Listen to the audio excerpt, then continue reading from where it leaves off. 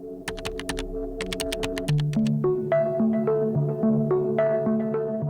guys, welcome back to the community group. I'm so glad you are taking the night to invest in your relationship with God and relationships in community. Tonight we're going to continue our series in Matthew, and we're going to specifically talk about a chunk in Matthew 11.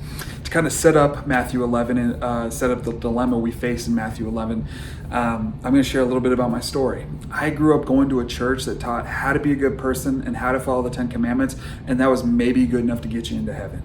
And by high school, I'd seen a lot of legalism and a lot of hypocrisy and didn't want to have anything to do with that church, and by extension, didn't want to have anything to do with God. Because if that's what God required of me, well, I literally fall short of that every day. And so we typically follow two roads, or go down two roads in regards to religion, or even just life in general. One is a road of legalism, and the other is a road of licentiousness. We're going to tackle the legalism road tonight in particular, but I'm going to talk about licentiousness just very briefly. So the road of legalism, you do things to earn God's favor. We do things to earn God's favor. We do things in order to reach that next goal. We maybe go to church every Sunday. We go to every Bible study. We are diligent to get into the Word and to pray, which are all good things. But we do them not out of a heart of worship, but rather a heart of trying to earn our way to God, or earn our way to heaven, or earn our way to salvation.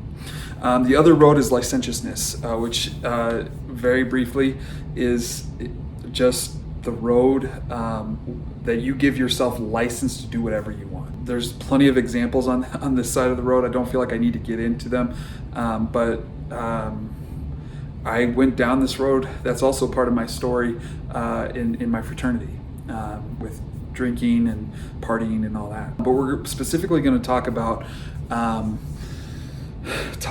legalism. And if you haven't noticed in our videos, we try to give an image that relates to the overall passage. And one of the unique things about Matthew 11 is that Jesus actually gives us the image. And so he talks about a yoke in this passage. Now, most of us don't come from an agricultural background, and those of us that do come from an agricultural background, we don't use this idea of a yoke anymore.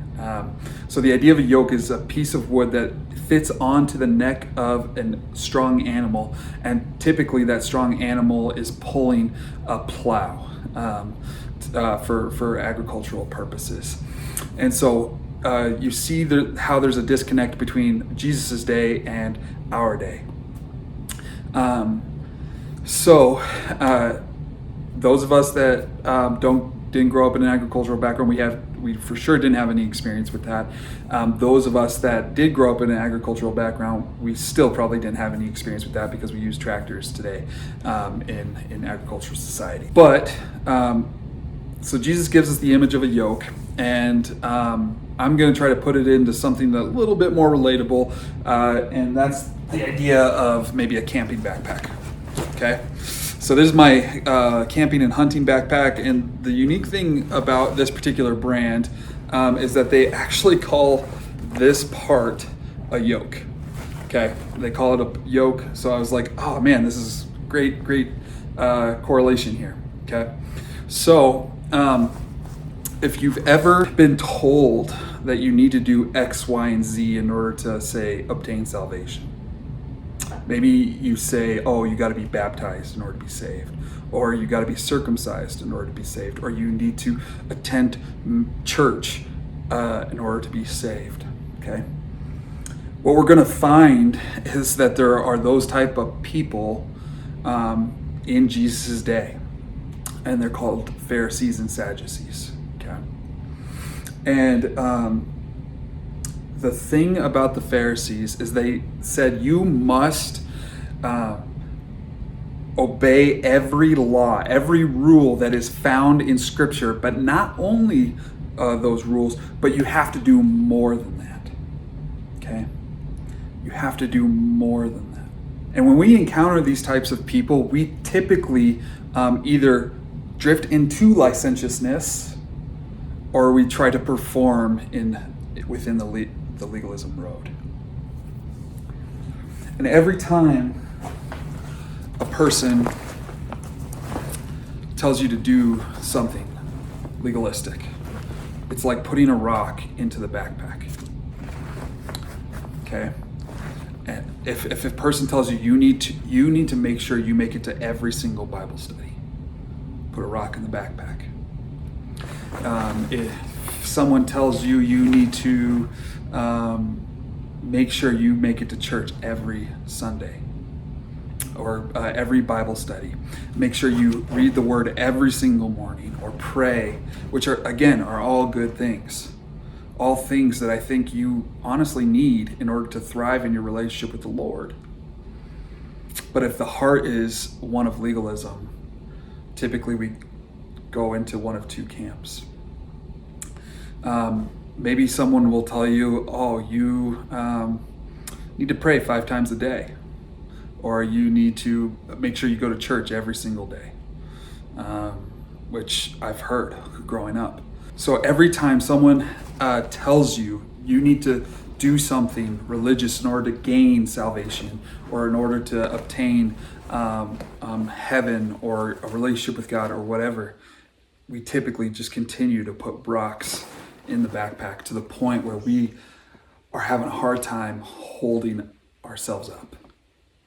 Now, this backpack, I think, is graded to be able to withstand, I think, 150 plus pounds of weight in it. But at that point, I would be hunched over. I would be dragging. I would not be getting very far. And that's what legalism is like. That's what the Pharisees were like, telling you needed to do not only what the law required, but also more than that. And so we're talking about legalism, and we typically can drift into licentiousness in this conversation as well. But I want to propose to you a third way, and it's Jesus's way. Okay, and that's what my hope and prayer is tonight, that you would encounter Jesus's way as different than what the Pharisees offer, and as different than what licentiousness can offer. And so we're going to pause here. You're going to head to Matthew 11, 25 through 30, I believe. And my hope and prayer is that you guys encounter Jesus through this and see his heart for who he truly is. So let's pause here, and then we'll pick it up afterwards.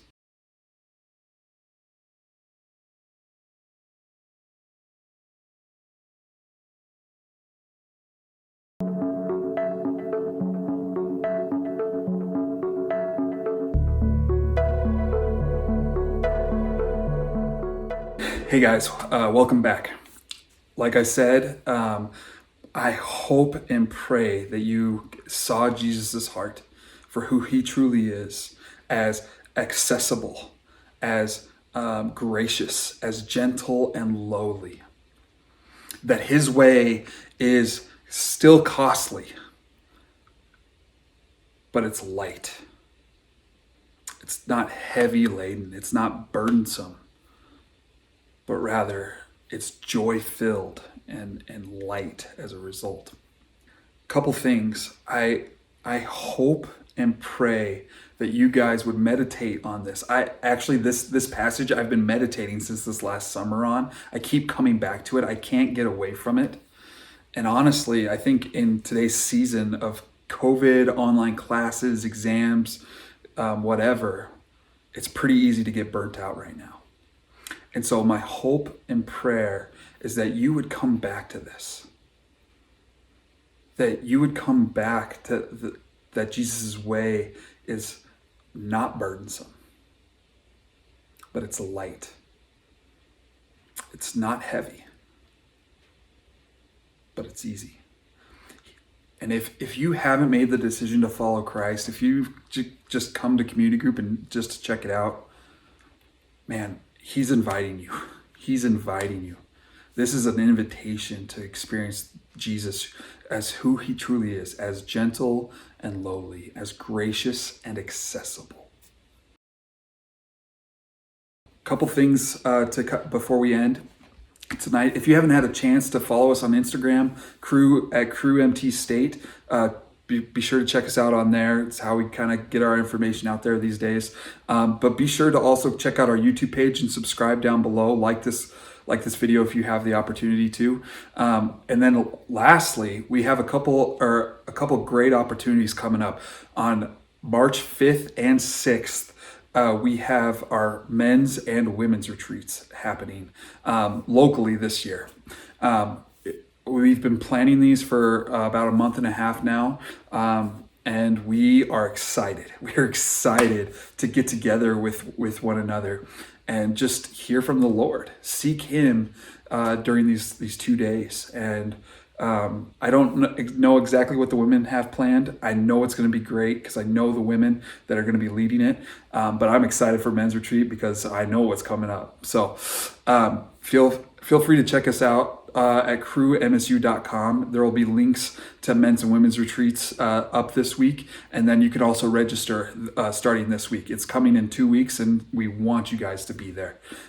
We believe that God's going to do some cool things through this weekend, and we want to seek the Lord together as men and as women separately. So, guys, have a great night.